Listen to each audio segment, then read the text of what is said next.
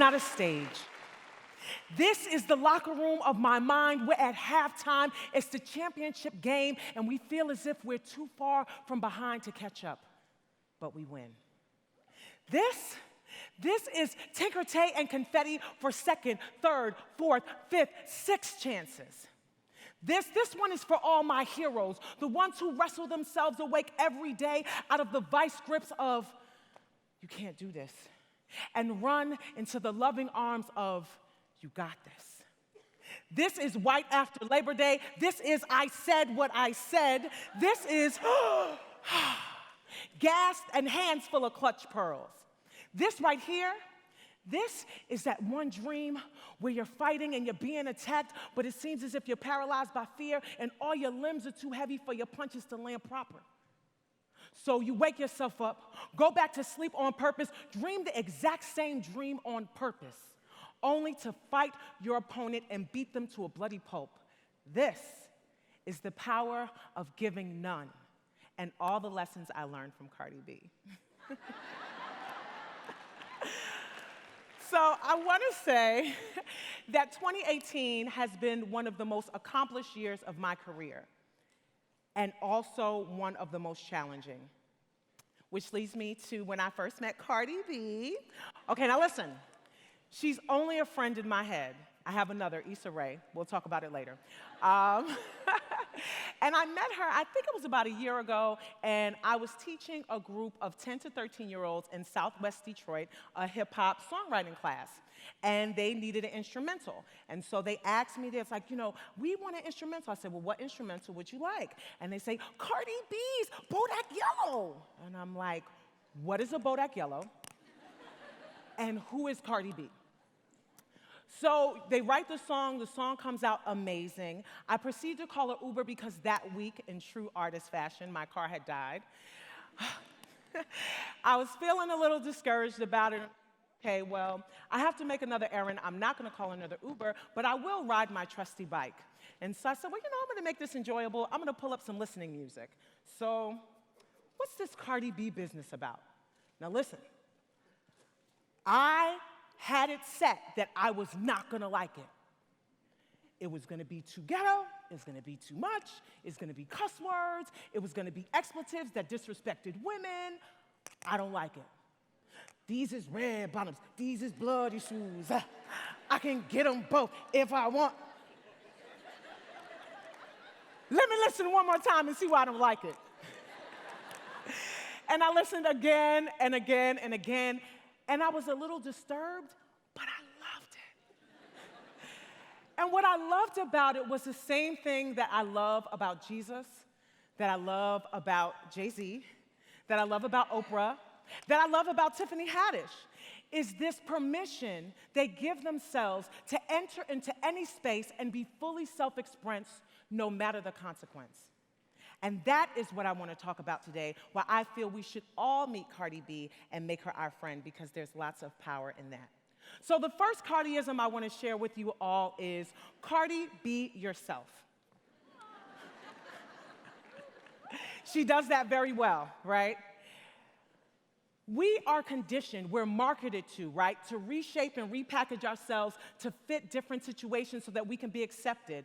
And God forbid we face the big boogie monster of rejection. This summer, I had an amazing opportunity, a great stage, with an artist who I so fangirl over. And I was in my head the whole time. Oh my God, does he like me? Is it good? Am I rapping? I mean, I'm probably not even on beat. This is so crazy. I can't believe I'm here. Ah!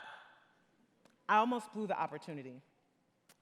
And I had to pull myself in that locker room of my mind. Sharice, get it together. What will Cardi B do? And Cardi B wouldn't even care. And the day of the show, I had my little talk, and I had one of the freest, most enjoyable performances I've ever had, and it got my peers and myself a mention in Billboard magazine. So Cardi, be yourself. Cardi, be a builder. What do I mean? She went from stripper to reality TV show host to breaking all kinds of records on Billboard. When she was a stripper, she didn't have the anatomical design as one. She said, okay, they're making more money because they have, bigger. I'll go buy some, because my family needs money. Oh, I'm on this TV show and they don't respect me? Okay, I'm on Love and Hip Hop, I don't do hip hop, I'll do hip hop. Oh, who's working as hard as me? I'll put out 2 mixtapes in 6 months. They still don't respect me? I'll put out another album, and it'll go #1. Oh, it's just a fluke. Oh, here goes another #1, and another one. So what do I mean to tell you? You're not gonna be invited to the table. Build one. You are not gonna be welcome into the house. Make the blueprints for your own house and build it. They are not gonna let you in the front door. Build a back one. Make yourself known and build opportunities. My next Cardiism. Cardi, be a master. Mastery puts us in a position to be undeniable. People won't like you. People won't want to let you in. But when you're a master, my presence can't be denied. Mastery gives you the footing that you need when you're living in a space that wants to knock you off your square. You owe it to your God-given purpose and yourself to master who it is that you are and to not allow anything to get in your way. My final Cardiism, which is my favorite, and I've used it a lot this summer. Cardi, be louder.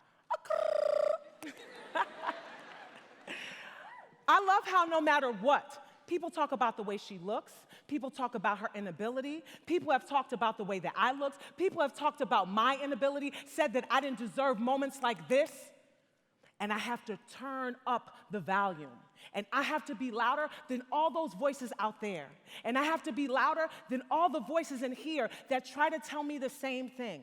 Find out what your override button is. Maybe it's affirmations, mine's are scriptures, mine's are reminding myself of all the great things that I've already been able to accomplish. But figure it out, because the voices get louder the higher up you get.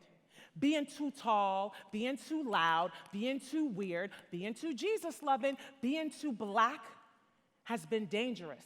And I learned that my coping mechanism or my way to make it through was to shrink, was to smile, was to not be so threatening. But I realized that if I was not gonna die a life of mediocrity and conformity, that I had to be willing to be a target. I had to be willing to take a risk. And I had to be willing to be Cardi myself, Cardi be a builder, Cardi be a master, Cardi be louder than all the other voices that will not allow me to be my meest me and welcome everyone into their own greatness. My name's Mahogany Jones. God bless.